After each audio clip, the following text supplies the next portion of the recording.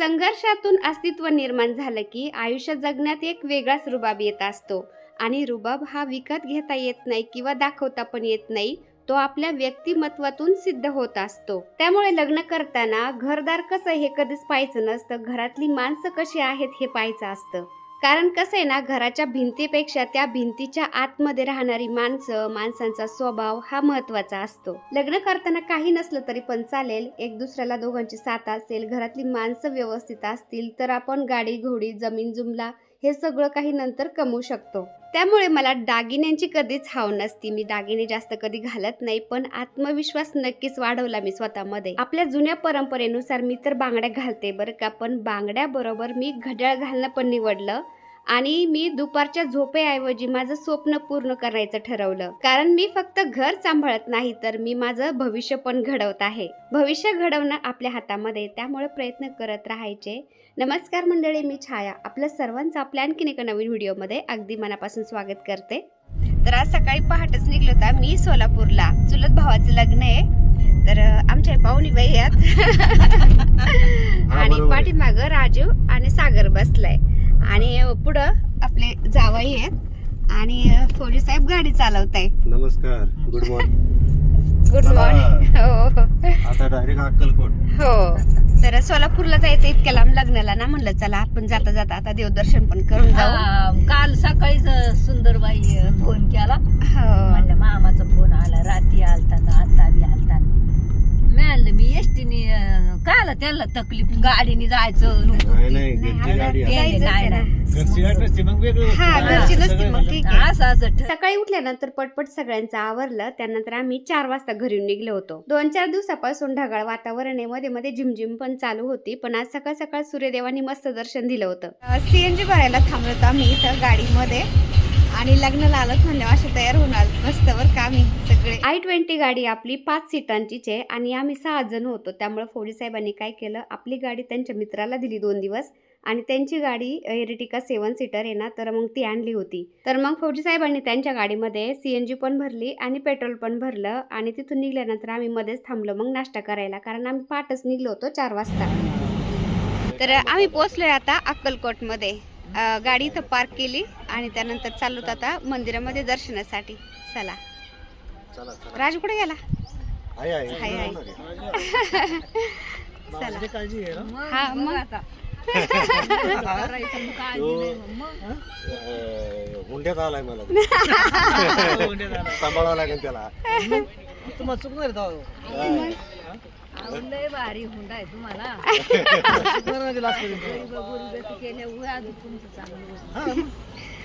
मग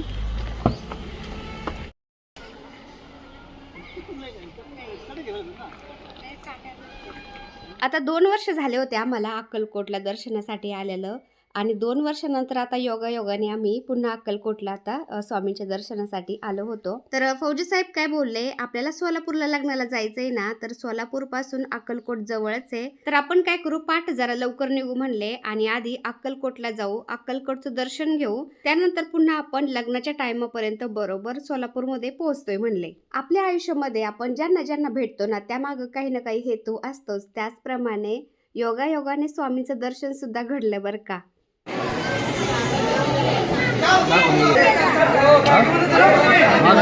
आम्ही रविवारीच गेलो होतो ना, रविवारमुळं दर्शनासाठी एवढी गर्दी होती की बस. देवदर्शनासाठी आपण इतक्या लांबून जातो आणि आपलं देवदर्शन छान झाले की आपल्या मनाला पण एकदम म्हणजे चांगलं वाटतं. पण देवदर्शन झालं नाही ना, कसं तरी वाटतं, आपल्याला एक चुरचुरच लागून राहते.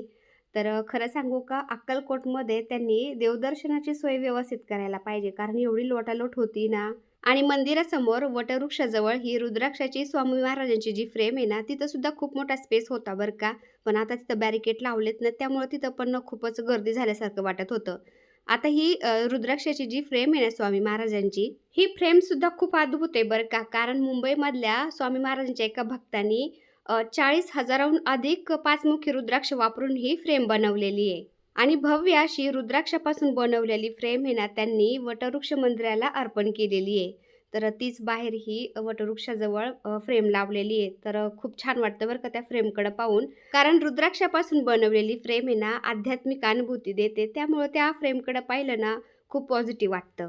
दर्शन घेऊन आम्ही बाहेर आलो. त्यानंतर आम्ही जिथून हार फुल घेतले होते ना त्या भैयांचे पैसे द्यायचे होते. तर इथं काय झालं, आम्ही जेव्हा हार फुल घेतले ना तेव्हा त्या भैयांनी 50-50 रुपये सांगितले बरं का हार फुलाचे. तर आम्ही तिथं चप्पल ठेवली होती त्यांच्या जवळ ना, म्हणलं चला येता येता आपण चप्पल घेऊन जाऊ आणि त्यांचे पैसे पण देऊ म्हणलं.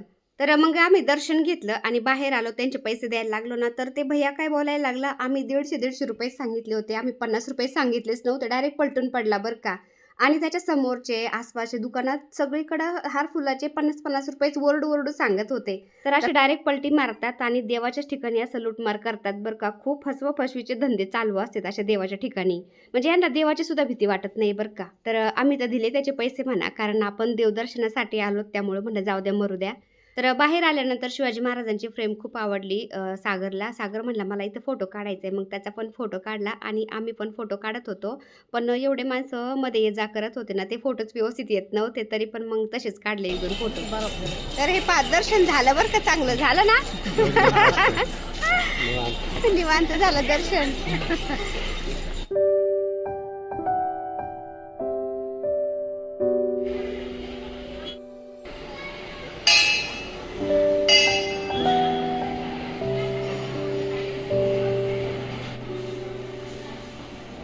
तर आता इथं फौजी साहेब लागले ओरडायला, म्हणले आपल्याला लग्न पण हाती लागलं पाहिजे, चल लवकर. मग लगेच निघलो आम्ही तिथून. नाही ना, जास्त नाही, थोडाफार आहे. थोडेच आहे. अय मंडळींनो, काय चाललंय? सकाळी लवकर उठलो होतो त्यामुळं राजू आणि सागर पूर्ण सुकले होते. कधी डुकल्या खात होते तर कधी गाणे ऐकत होते. ते झालं व्यवस्थित झालं. सगळं झालं. हा झालं. तर आलो तर आम्ही आता मंगल कार्यालयामध्ये लग्नाला.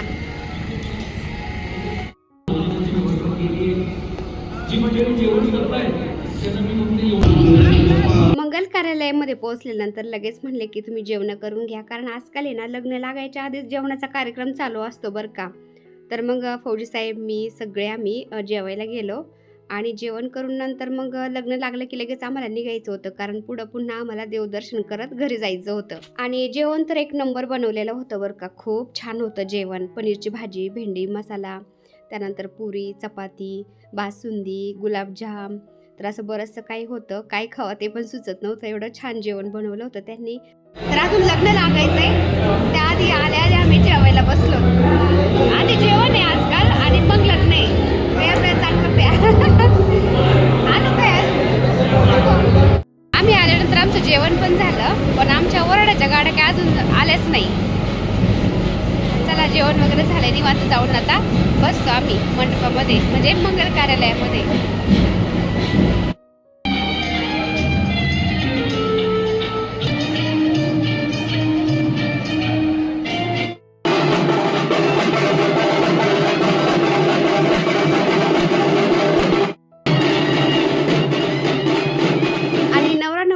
मंगल कार्यालयामध्ये आले ना तेव्हा खरंच खूप छान वाटलं, कारण भैया जेवढा हँडसम आहे ना तेवढीच सुंदर बायको त्याला भेटली होती. आणि दोघं पण इंजिनियर आहेत बरं का पुण्याला. आणि या व्हिडिओ आधीचा मी व्हिडिओ टाकला होता ना गडगण्याराचा, त्या व्हिडिओमध्ये भैया दिसत होता ना, तर बऱ्याचशा ताईंच्या कमेंट होत्या की भैयासारखाच एकदम आपला आकाश दिसतो. तर खूप छान वाटलं. काही दिवसांनी माझ्या आकाशचं पण असंच लग्न होईल.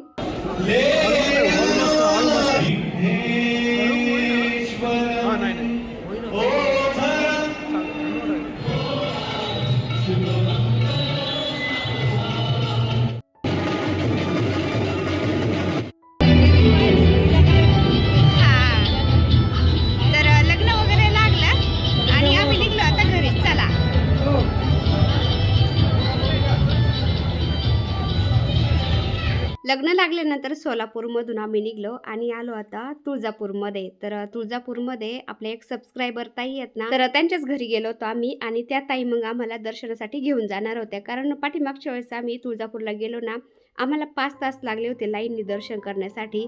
तर त्यांचीच कमेंट आली होती की ताई अर्धा तास लागतो फक्त दर्शन करण्यासाठी, लाईनला लागायची गरजच पडत नाही.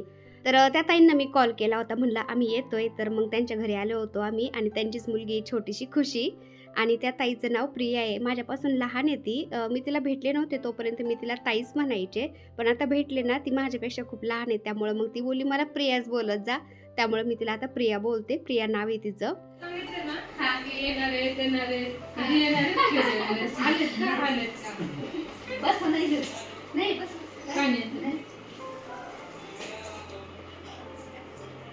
आणि प्रियाला एकच मुलगी आहे, पण एवढी क्यूट आहे ना खुशी.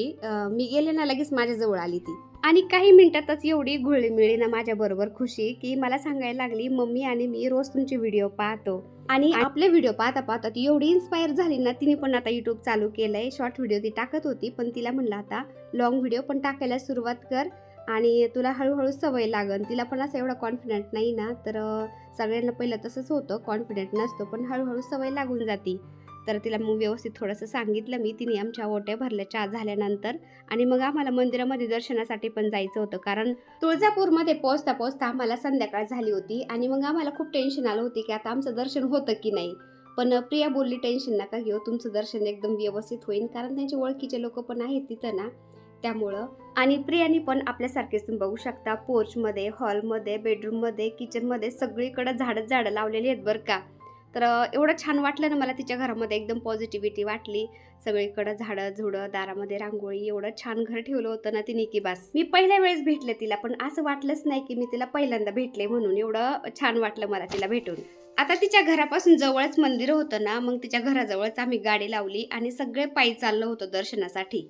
आणि प्रिया खूप धार्मिक आहे बरं का. दुर्गा सप्तशतीचे पाठ पण करते ती आणि मंदिरामध्ये ती जातच राहते, तरी पण वेळात वेळ काढून ती आमच्या बरोबर दर्शनासाठी आली. पहा, आजकाल असे लोक खूप कमी मिळतात बरं का.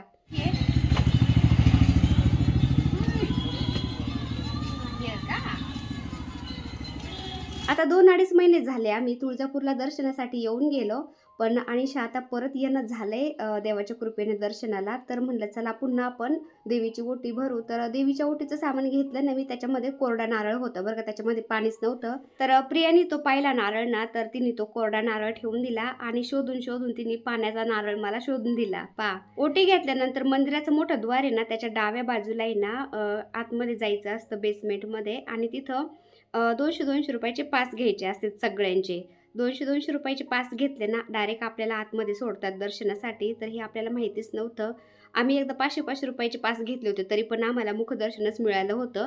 पण प्रियाला सगळं माहिती ना, तिने सगळं व्यवस्थित दर्शन करून दिलं आम्हाला. म्हणजे डायरेक्ट देवीच्या गाभाऱ्यामध्ये व्यवस्थित दर्शन झालं, अजिबात घाई गडबड झाली नाही. पाठीमागच्या वेळेस म्हणजे 5 तास लाईनला लागून पण आम्हाला देवीचं तोंडसुद्धा पाहता आलं नव्हतं, लगेच ते पोलीसवाल्यांनी ढकललं होतं.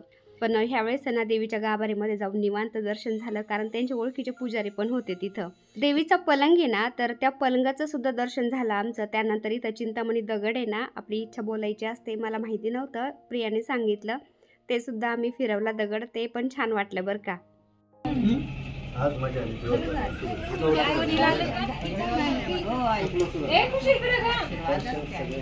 तर मंडळी, तुळजापूरच्या देवीचं दर्शन झालं मस्त, आणि त्यानंतर आता अन्नपूर्ण देवीचं दर्शन घ्यायला चाललोय आम्ही.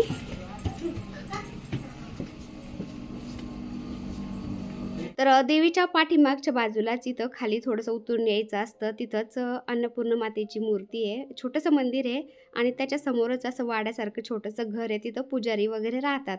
तर अन्नपूर्ण मातेचं दर्शन सुद्धा छान असं झालं होतं आमचं प्रियामुळं बरं का. अन्नपूर्ण मातेची मूर्ती कुठे आहे काय हे सुद्धा मला माहिती नव्हतं, आणि इथं अजिबात गर्दी नव्हती. याचा अर्थ हे अन्नपूर्ण मातेचं छोटंसं मंदिर कोणालाच माहिती नाही बरं का जास्त, फक्त जे गावातले लोक आहेत ना त्यांनाच माहिती आहे. आणि जे खणाचे वाडे होते ना पहिले जुने, तर त्याच प्रकारचं हे घर होतं आणि त्याच्याच तिथं छोटंसं मंदिर आहे अन्नपूर्ण मातेचं. तिथलं दर्शन झाल्यानंतर आम्ही आलो वरती मग मंदिरामध्ये, आणि देवीच्या मंदिरासमोरच इथं होम करतात, बकरी दान देतात ना, तर त्या होमाच्या खालीच तिथं समोरच्या बाजूलाच त्या वट्ट्याला आहे ना, समोरूनच एक मूर्तीचं म्हणजे मूर्ती आहे दगडात कोरलेली. तर प्रिया सांगत होती त्या मूर्तीचं आपण डोकं टेकून जर दर्शन घेतलं ना, आपल्याला मायग्रेन जर असेल तर आपल्याला फरक पडतो, डोकं दुखायचं राहतं, डोक्याचा काही प्रॉब्लेम असेल तरी पण आपल्याला फरक पडतो. तर मग मी डोकं टेकून दर्शन घेतलं, तिथून आम्ही निघलो. तर पायरीवरती खुशी थोडी पडली, त्यांची मुलगी, तर मग फौजी साहेबांनी तिला उचलून घेतलं होतं. आणि प्रियाचे मिस्टर बँकमध्ये जॉब करतात, ते बाहेर गेले होते कुठंतरी, त्यांना यायला वेळ होता, तोपर्यंत आम्ही नवशा गणपतीचं दर्शन घेतलं. तर हा नवशा गणपती आहे आपण जर नवस केला तर तो पूर्ण होतात असं प्रिया सांगत होती. आणि हे प्रियाचे मिस्टर आहेत, त्यांचा स्वभाव पण खूप छान आहे, कारण आजकाल अनोळखी व्यक्तीसाठी कोण एवढं करतं नाही का. पण त्यांनी त्यांचा इतका अनमोल वेळ आमच्यासाठी दिला. सकाळी देवीला अभिषेक घालतात ना, तर तो अभिषेकाचा प्रसाद सुद्धा त्यांनी आमच्यासाठी घरी आणून ठेवला होता. दर्शन छान झालं. दोघांनी तुमचा अनमोल वेळ दिला आमच्यासाठी, त्यासाठी मनापासून आभारी आहे. तर बघा मग यूट्यूबच्या माध्यमातून मी किती चांगले चांगले माणसं जोडलेत ना, यापेक्षा मला काय हवं अजून. तर त्यांना पण म्हटलं तुम्ही पण शिर्डीला दर्शनासाठी या आणि माझ्या घरी 2 दिवस राहून जा. तर तुळजापूरमधून निघाल्यानंतर मी काहीच शूट घेतलं नाही बरं का. घरी यायला आम्हाला 11:30 वाजले होते. तर चला छोटासा व्हिडिओ मी ते सेंड करते. आता व्हिडिओ आवडला असेल तर एक लाईक नक्की करत जाता येईल. चॅनलवर नवीन असाल तर प्लीज आपल्या चॅनलला सबस्क्राईब पण करा. चला भेटूया पुन्हा अशाच एका छानशा व्हिडिओ बरोबर. तोपर्यंत बाय बाय.